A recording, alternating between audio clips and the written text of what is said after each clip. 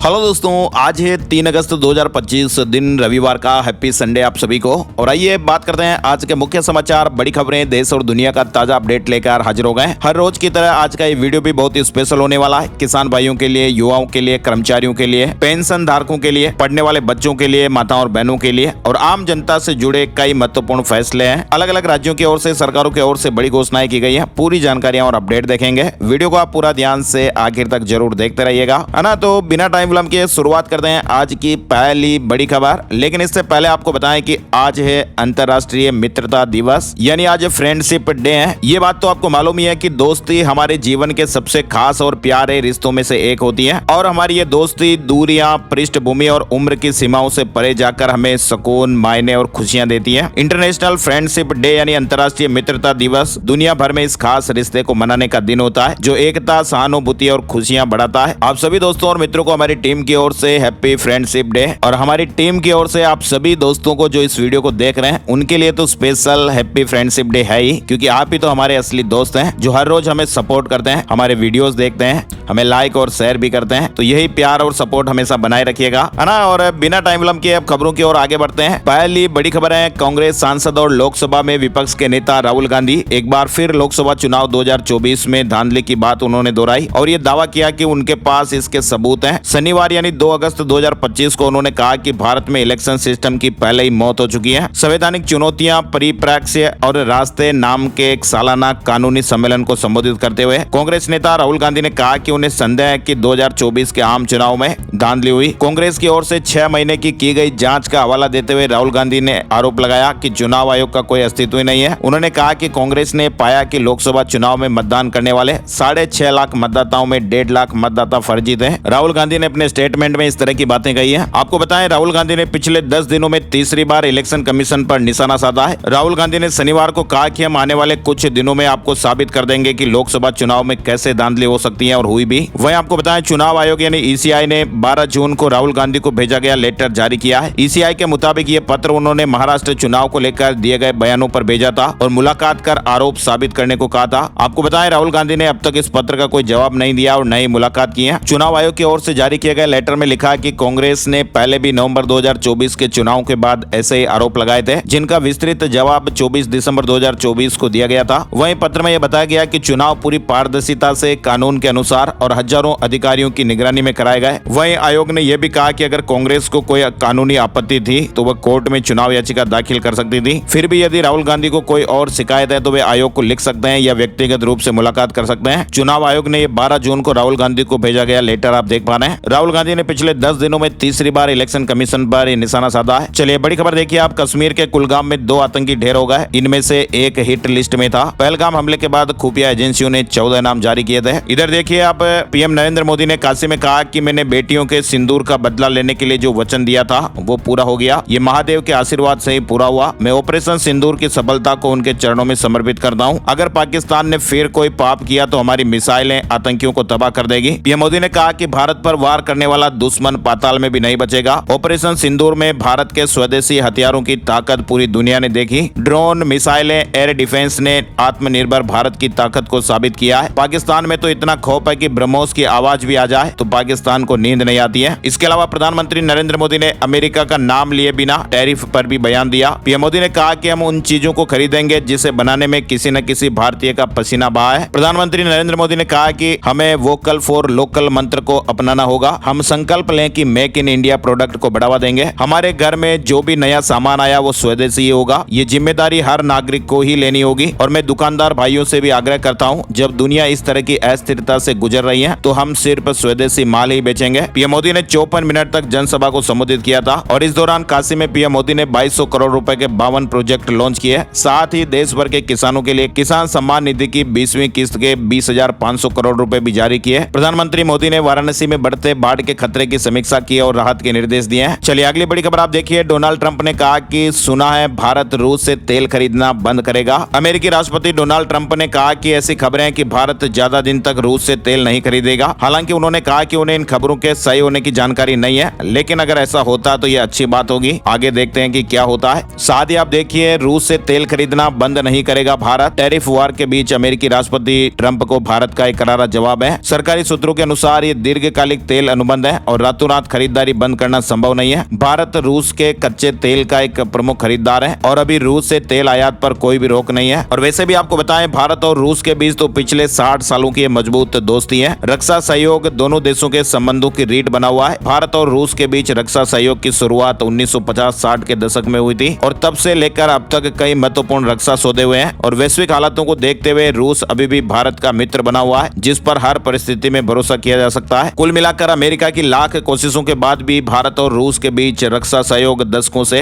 दोनों देशों के संबंधों की रीढ़ बना हुआ है। और ये सिर्फ हथियारों की खरीद बिक्री तक ही नहीं, बल्कि रणनीतिक साझेदारी, तकनीकी सहयोग और भरोसे पर आधारित एक स्थायी रिश्ता है। आपको बताएं, MiG-21 से शुरू हुआ ये सफर आज अत्याधुनिक S-400 एयर डिफेंस सिस्टम और ब्रह्मोस मिसाइल जैसे एडवांस हथियारों तक पहुंच चुका है। चलिए आगे बढ़ते हैं। बड़ी खबर, डोनाल्ड ट्रंप के टैरिफ को बेअसर करने के लिए सरकार ने मास्टर प्लान बनाया। एक्सपोर्टर्स के साथ पीयूष गोयल ने बैठक भी की है। वाणिज्य मंत्रालय और निर्यातक डोनाल्ड ट्रंप के 25% टैरिफ का मिलकर मुकाबला करेंगे ताकि अमेरिकी बाजार में भारतीय निर्यात कम न हो। पीयूष गोयल ने टेक्सटाइल व इंजीनियरिंग गुड्स के निर्यातकों से मुलाकात की है। चलिए अगली बड़ी खबर आप देखिए। इस शख्स की वजह से दुनिया में छिड़ेगा परमाणु युद्ध। आपको बताते हैं ये कौन है। अमेरिका और रूस तनाव तो आपको मालूम ही अभी चल रहा है। अमेरिका और रूस तनाव के बीच पूर्व रूस के राष्ट्रपति दिमित्री मेदवेदेव की डेड हैंड परमाणु धमकी ने यह माहौल और बिगाड़ दिया है। डोनाल्ड ट्रंप ने जवाब में रूस के पास 2 परमाणु पनडुब्बियां तैनात कर दी हैं। कल भी खबरों में आपने देखा था। आपको बताएं, कभी उदार छवि वाले मेदवेदेव अब तीखे और उकसावे वाले बयानों के लिए चर्चा में रहते हैं। फिलहाल रूस और अमेरिका के बीच बढ़ते तनाव के बीच एक नाम अचानक सुर्खियों में चल रहा है। दिमित्री मेदवेदेव रूस के पूर्व राष्ट्रपति और मौजूदा सुरक्षा परिषद के उपाध्यक्ष हैं। दरअसल इन्होंने अभी हाल ही में एक ऐसा बयान दे दिया जिससे अमेरिका ने सीधी सीधी परमाणु धमकी मान लिया और इसका नतीजा ये हुआ कि अमेरिकी राष्ट्रपति डोनाल्ड ट्रंप ने रूस के पास 2 परमाणु पनडुब्बियां तैनात करने का आदेश दे डाला। और अब दुनिया ये डरी हुई है, सहमी हुई है, क्योंकि दोनों परमाणु ताकतें एक दूसरे को खुली चेतावनी दे रही हैं। और ये बातें कब से शुरू हुई आपको बताते हैं। अमेरिका के राष्ट्रपति डोनाल्ड ट्रंप ने अभी बीते हफ्ते एक चेतावनी दी थी और कहा था कि अगर रूस के राष्ट्रपति व्लादिमीर पुतिन यूक्रेन में युद्ध विराम के लिए सहमत नहीं होते हैं तो अमेरिका रूस पर और कड़े प्रतिबंध लगाएगा। और यहीं से ये सब कुछ बातें और चर्चाएं शुरू हुई। वहीं आप देखिए, रूस ने एक और खतरनाक मिसाइल बना ली है। पुतिन के ऐलान से टेंशन में यूरोप और अमेरिका। रूस ने और सैनिक हाइपरसोनिक मिसाइल सेना को थमा दी है। राष्ट्रपति पुतिन ने खुद इसका ऐलान किया है। और खास बात तो यह है दोस्तों कि इस मिसाइल की जद यूरोप और अमेरिका तक है और ये पलक झपकते ही दुश्मन के ठिकानों को तबाह करने की ताकत रखती है। कुल मिलाकर रूस और अमेरिका का ये तनाव फिलहाल हथियारों की तैनाती तक जा पहुंचा है। अब देखते हैं आगे क्या होता है। फिलहाल बढ़ते हैं आगे। बड़ी खबर आप देखिए, अमेरिका ने 7 महीने में 1700 भारतीय निकाले हैं। इनमें से 1562 पुरुष और 141 महिलाएं भी हैं। वहीं देखिए आप, बांग्लादेश के मुख्य सलाहकार मोहम्मद यूनुस ने कहा कि अमेरिका के साथ ट्रेड डील करने में भारत फेल हुआ है। उन्होंने कहा कि समझौता न होने की वजह से भारत को अब 25% टैरिफ देना पड़ेगा, जो बांग्लादेश के मुकाबले ज्यादा है। अमेरिका ने बांग्लादेश पर 20% टैरिफ लगाया है। वैसे आपको बताएं, अप्रैल में अमेरिका ने बांग्लादेश पर 37% टैरिफ लगाया था, यानी कि बांग्लादेश 4 महीने में अमेरिका से 17% टैरिफ कम कराने में कामयाब रहा। वहीं देखिए, बांग्लादेश सरकार जारी करेगी जुलाई घोषणा पत्र। छात्र नेतृत्व वाले विद्रोह को संवैधानिक मान्यता देना इसका मकसद है। बांग्लादेश के मोहम्मद यूनुस की अंतरिम सरकार ने शनिवार को कहा कि वे 5 अगस्त को जुलाई घोषणा पत्र जारी करेगी, जो तत्कालीन प्रधानमंत्री शेख हसीना की अवामी लीग सरकार के सत्ता से बेदखल होने की पहली वर्षगांठ के अवसर पर होगा। बड़ी खबर आ रही है, भारत को लंदन से मिलने वाला 16 एयरबस C-295 सैन्य परिवहन विमानों का अंतिम विमान शनिवार को मिल गया और ये देश की रक्षा क्षमताओं को मजबूत करने में महत्वपूर्ण साबित होगा। आपको बताएं, सबसे खास बात, इसकी डिलीवरी समय से 2 महीने पहले ही हो गई है। अमरनाथ यात्रा 1 हफ्ते पहले ही बंद हुई। भारी बारिश से बालटाल और पहलगाम दोनों रास्ते खराब हो गए हैं। इस साल 4,10,000 श्रद्धालुओं ने दर्शन किए। अमरनाथ यात्रा को रोक दिया गया। यात्रा 9 अगस्त तक चलनी थी, लेकिन भारी बारिश के कारण रास्ते खराब होने की वजह से इसे 3 अगस्त को ही रोक दिया गया। कश्मीर के डिविजनल कमिश्नर विजय कुमार विदुड़ी ने बताया कि यात्रा मार्गों को बारिश के कारण काफी नुकसान पहुंचा है। बालटाल और पहलगाम दोनों रास्तों पर मरम्मत का काम होगा, इसलिए यात्रा को रोकना पड़ा है। उन्होंने कहा कि रास्तों पर मशीनों और कर्मचारियों की लगातार तैनाती के चलते यात्रा फिर से शुरू करना संभव नहीं है। वहीं आप देखिए, हेमकुंड साहिब के कपाट 10 अक्टूबर को बंद होंगे। अब तक 2,28,000 से अधिक श्रद्धालुओं ने दर्शन कर लिए हैं। केदारनाथ यात्रा फिर से शुरू हो गई है, लेकिन पहले से ज्यादा पैदल चलकर धाम पहुंचना पड़ेगा। केदारनाथ धाम की यात्रा शनिवार को फिर शुरू हो गई। हालांकि अब बाबा केदारनाथ के दर्शन करने के लिए श्रद्धालुओं को पहले से ज्यादा पैदल चलकर धाम पहुंचना होगा। क्षतिग्रस्त हुए स्थल पर वाहनों के आवागमन शुरू होने तक श्रद्धालुओं को तकरीबन 22 किलोमीटर पैदल चलकर केदारनाथ धाम की यात्रा करनी होगी। चलिए अगली बड़ी खबर आप देखिए, प्रज्वल रेवन्ना को रेप केस में उम्र कैद की सजा सुनाई गई है। बेंगलुरु की स्पेशल कोर्ट ने शनिवार शनिवार को पूर्व जेडीएस सांसद और पूर्व प्रधानमंत्री एचडी देवेगौड़ा के पोते प्रज्वल रेवन्ना को नौकरानी से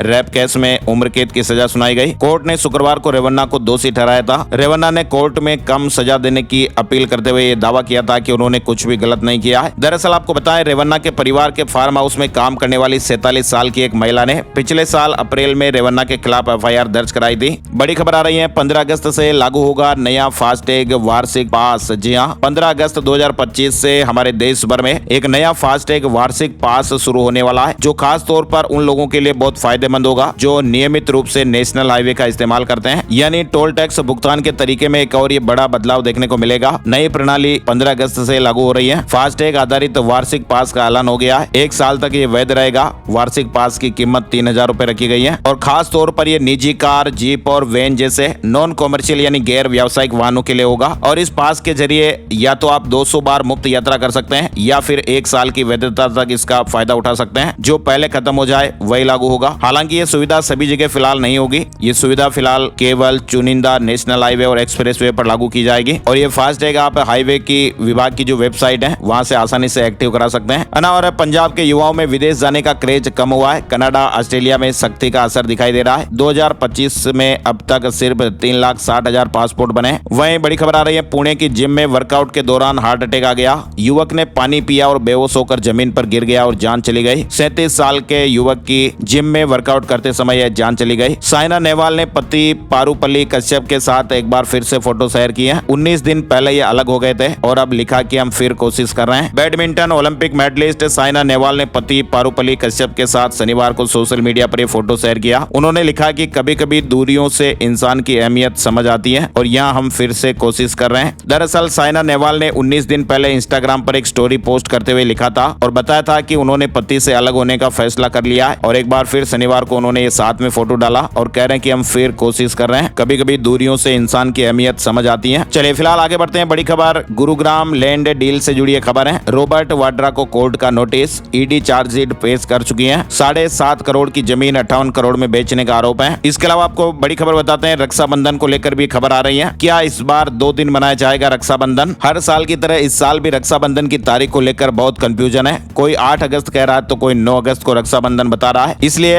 अब आपको बताते हैं कि रक्षाबंधन की सही तारीख क्या है। दरअसल आपको बताएं कि इस साल सावन पूर्णिमा तिथि 8 अगस्त को दोपहर 2:12 से 9 अगस्त को दोपहर 1:24 तक रहेगी और ज्योतिषाचार्यों के मुताबिक उदिया तिथि के चलते राखी का ये पर्व 9 अगस्त को मनाया जाएगा। राखी बांधने का मुहूर्त इस बार जो रक्षाबंधन है इसका शुभ मुहूर्त 9 अगस्त को सुबह 5:47 से शुरू होकर दोपहर 1:24 तक रहेगा। यानी बहनों को भाई की कलाई पर राखी बांधने के लिए करीब 7.5 घंटे का समय मिलने वाला है। इस बार राखी पर भद्रा का साया नहीं रहेगा। इस बार भद्रा 8 अगस्त दोपहर 2:12 से शुरू होकर 9 अगस्त की रात 1:52 तक रहेगी। यानी राखी से पहले ही भद्रा का साया टल जाएगा। चलिए बड़ी खबर, गुरुग्राम में साइबर ठगी करने वाले 4 आरोपियों को गिरफ्तार किया गया है और इनके पास से फर्जी सिम कार्ड, एटीएम कार्ड समेत कई चीजें बरामद हुई हैं। भूपेश बघेल और उनके बेटे ने सीबीआई और ईडी की जांचों की वैधता को सुप्रीम कोर्ट में चुनौती दी है। सीबीआई और ईडी की जांच शक्तियों और अधिकार क्षेत्र पर आपत्ति जताई गई है। सुप्रीम कोर्ट अब इस याचिका पर सोमवार को सुनवाई करेगा। दिल्ली से जुड़े अपडेट में आप देखिए, स्कूल फीस रेगुलेट करने वाला बिल लाएगी रेखा सरकार और इसी सत्र में पेश किया जाएगा। साथ ही मुख्यमंत्री रेखा गुप्ता ने कहा कि दिल्ली सरकार शासन को सुलभ बनाने के लिए सरकारी कार्यालयों को डिजिटलाइज कर रही है। सीएम ऑफिस को ई ऑफिस में बदलने के बाद अब अन्य विभाग भी इसे अपना रहे हैं। कुल मिलाकर दिल्ली सरकार के 199 विभागों में से 119 विभाग डिजिटलाइज हो गए हैं जो ई ऑफिस पर कार्य कर रहे हैं। कागज की खपत भी कम हुई है और पारदर्शिता भी बढ़ी है। वहीं आप देखिए, दिल्ली सरकार ने यह भी दावा किया कि यमुना नदी को साफ करने के प्रयासों का असर भी दिखने लगा है। जुलाई में प्रदूषण स्तर में कमी आई है। दिल्ली में महंगाई से टमाटर लाल हो गया। 30 से 40% की बढ़ोतरी के साथ दाम 100 रुपए के आसपास चल रहे हैं। अप्रैल मई में 20 से 25 रुपए किलो बिकने वाला टमाटर अब 100 रुपए के करीब चल रहा है। महाराष्ट्र और हिमाचल प्रदेश में बारिश से फसलें खराब होने के कारण कीमतों में यह उछाल आया है। चलिए बड़ी खबर दिल्ली से एक और देखिए, दिल्ली में गरीबों के लिए 10 लाख आवास की जरूरत है। पहले चरण में 50,000 फ्लैट बनेंगे, मुख्यमंत्री जी ने ऐलान किया है। साथ ही आप देखिए, एनडीए कोचिंग संस्थान ड्रीमर्स एनडीए एकेडमी के 35 स्टूडेंट एसएसबी में चयनित हुए हैं। देहरादून में स्थित भारत का अग्रणी एनडीए कोचिंग संस्थान एसएसबी के चयन में ऐतिहासिक सफलता हासिल की। राजनीति से दूर रहेंगे स्कूल, आंध्र प्रदेश सरकार का फैसला। कहा कि परिसर में झंडा या पोस्टर नहीं। आंध्र प्रदेश सरकार ने स्कूल परिसरों को लेकर यह कड़ा निर्देश जारी किया है। राज्य के स्कूल शिक्षा निदेशक ने शुक्रवार को को एक आदेश जारी करते हुए कहा कि स्कूल परिसर में राजनीतिक दलों या संगठनों से संबंधित झंडे, शॉल, बैनर या पोस्टर सहित किसी भी राजनीतिक प्रतीक या सामग्री का प्रदर्शन करना मना है। सीएम धामी ने सरकारी कर्मचारियों को सौगात दी है। डीए में बढ़ोतरी का ऐलान हुआ है। उत्तराखंड के मुख्यमंत्री पुष्कर सिंह धामी ने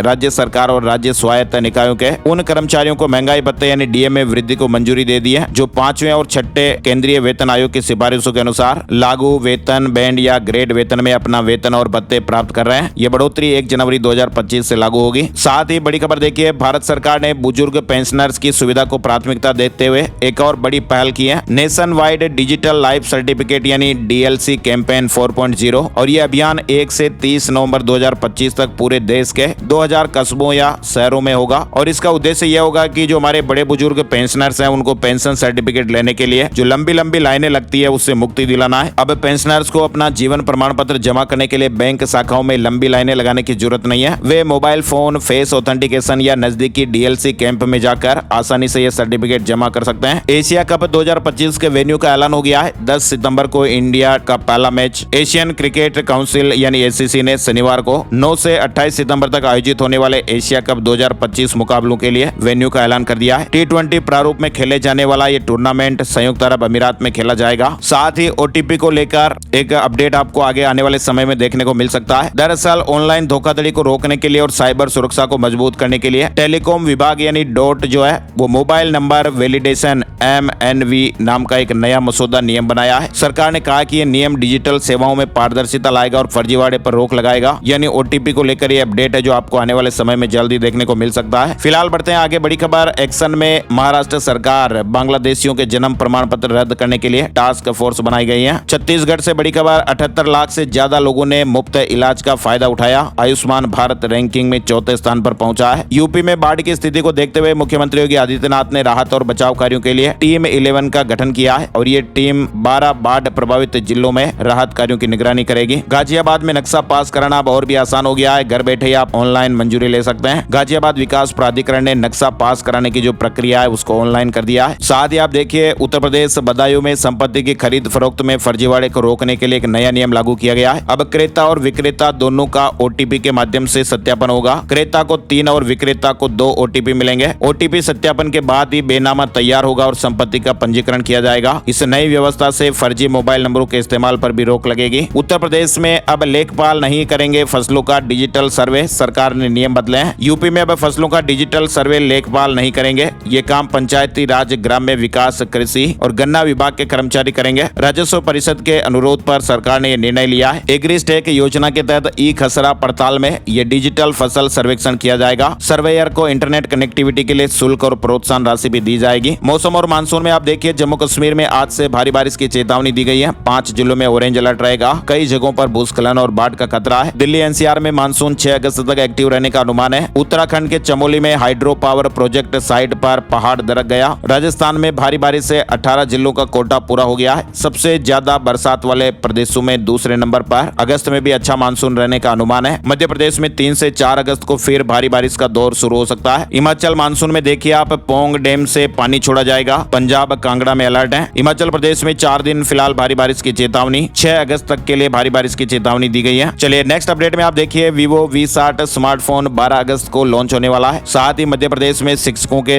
13,000 से ज्यादा पदों पर आवेदन की अंतिम तारीख बढ़ गई है। अब 25 अगस्त तक रजिस्ट्रेशन कर सकते हैं। इसके अलावा आपको बताएं, एसएससी के विद्यार्थी भी प्रोटेस्ट कर रहे हैं। कर्मचारी चयन आयोग की सिलेक्शन पोस्ट फेज 13 भर्ती परीक्षा में तकनीकी और प्रशासनिक गड़बड़ियों के खिलाफ देश भर के अभ्यर्थी सड़कों पर उतर आए हैं। दिल्ली के जंतर मंतर से लेकर लखनऊ, पटना और जयपुर तक छात्रों ने प्रदर्शन करते हुए पारदर्शी और निष्पक्ष परीक्षा प्रणाली की मांग उठाई है। इधर आप देखिए, हिमाचल प्रदेश की श्वेता बनी आयुष स्नातकोत्तर प्रवेश परीक्षा की टॉपर। एसटी श्रेणी में देश में पहला स्थान रहा। ओरिएंटल इंश्योरेंस कंपनी में 500 पदों पर भर्ती का मौका चल रहा है। असिस्टेंट की ये भर्ती निकली है। चलिए आगे बढ़ते हैं। बड़ी खबर राजस्थान से देखिए, अब टॉपर लड़कियों को अब नहीं मिलेगी स्कूटी। अवार्ड का पैसा भी 25,000 तक कम किया। सरकार ने योजना का नाम भी बदला है। प्रदेश के सरकारी और प्राइवेट स्कूलों में 8वीं, 10वीं और 12वीं में जिला स्तर पर टॉप करने वाली लड़कियों के पुरस्कार की योजना को घटा दिया गया है। लड़कियों को अब पुरस्कार में 15 से 25,000 रुपए कम मिलेंगे। और इतना ही नहीं, सरकार ने इंदिरा गांधी प्रियदर्शनी पुरस्कार का नाम दोबारा पद्माक्षी कर दिया है और इस योजना के तहत मिलने वाली स्कूटी भी नहीं मिलेगी। शनिवार को माध्यमिक एवं प्रारंभिक शिक्षा विभाग की ओर से आदेश जारी कर दिए गए। अलग अलग कैटेगरी में यह अवार्ड दिया जाएगा। जयपुर में नियमों के खिलाफ चल रहे मोटर ड्राइविंग स्कूल आरटीओ ने 4 को बंद किया, 25 के लाइसेंस सस्पेंड करने की तैयारी हो रही है। अजमेर से जुड़ी खबर देखिए, तारागढ़ में लगभग 200 दुकानें ऐसी है जो वन विभाग की जमीन पर बनी हुई है और इन्हीं दुकानों को अब गिराया जा रहा है। बारिश से प्रभावित किसानों को फसल खराबे का मुआवजा मिलेगा। कई जगहों पर खसरा गिरदावरी शुरू हो गए, मोबाइल ऐप से भी गिरदावरी कर पाएंगे। इधर राजस्थान में मेवाड़ यूनिवर्सिटी का फर्जी डिग्री मामला भी गरमाया हुआ है, एबीवीपी ने जांच की मांग की है। वहीं राजस्थान के भीलवाड़ा की अश्विनी ने वर्ल्ड चैंपियनशिप में गोल्ड जीता है। भीलवाड़ा की बेटी अश्विनी विश्नोई ने अंडर 17 वर्ल्ड कुश्ती चैंपियन जीत ली है। वर्ल्ड चैंपियनशिप में गोल्ड मेडल जीतने वाली वे प्रदेश की पहली महिला पहलवान बन चुकी है। 2 साल में उन्होंने 5 गोल्ड मेडल जीते हैं। साथ ही आप देखिए इधर राजस्थान के उदयपुर में गरीब छात्राओं के लिए निःशुल्क सुपर 10 सीए कोचिंग योजना शुरू की गई है। राजस्थान के बीसलपुर बांध का चौथा गेट बंद कर दिया गया है। पानी की आवक एक बार फिर कम पड़ने से शनिवार सुबह को फिर से चौथा गेट बंद कर दिया गया। वहीं देखिए आप राजस्थान में गुर्जर आरक्षण संघर्ष समिति अध्यक्ष बैंसला ने सरकार को चेताया, लिखा कि समझौते के 52 दिन बाद भी निर्णय नहीं लिया गया, 8 दिन बाद आगे की रणनीति बनाएंगे। गुर्जर आरक्षण संघर्ष समिति के अध्यक्ष विजय बैंसला ने सरकार को एक बार फिर चेतावनी दी है। उन्होंने कहा कि भरतपुर जिले के पीलूकापुरा में 8 जून को आयोजित हुई गुर्जर समाज की महापंचायत के बाद राज्य सरकार ने आश्वासन दिया था, जिसमें कहा था कि 60 दिन में लंबित मांगे पूरी कर दी जाएगी। अब समय सीमा पूरी होने में महज 8 दिन रह गए, लेकिन सरकार की ओर से अभी तक कोई कार्रवाई नहीं की गई है। वहीं आप देखिए राजस्थान में मुख्यमंत्री के फैसले से 5000 खनन धारकों को राहत मिलेगी। सीएम से मिलकर शेरगढ़ विधायक ने कहा 1 करोड़ लोगों की आजीविका पर आया संकट खत्म हुआ है। राजस्थान सरकार ने खनन पट्टा की समय सीमा बढ़ाने के आवेदन की तिथि को बढ़ाकर 30 सितंबर कर दिया है। मध्य प्रदेश में पहली बार 9वीं के साथ होगी ITI, 10वीं पास करते ही विदेश में नौकरी भी मिल जाएगी। रूस से 1.5 लाख जॉब ऑफर। कुल मिलाकर मध्य प्रदेश में पहली बार अब कक्षा 9वीं के साथ ITI भी कर पाएंगे और इसका फायदा यह होगा कि 10वीं पास करने के साथ ही स्टूडेंट के हाथ में नौकरी होगी और अब उसे नौकरी नहीं करनी है तो दूसरा ऑप्शन 12वीं तक डिप्लोमा करने का भी रहेगा और इसकी शुरुआत इसी सत्र से हो गई है। साथ ही आप देखिए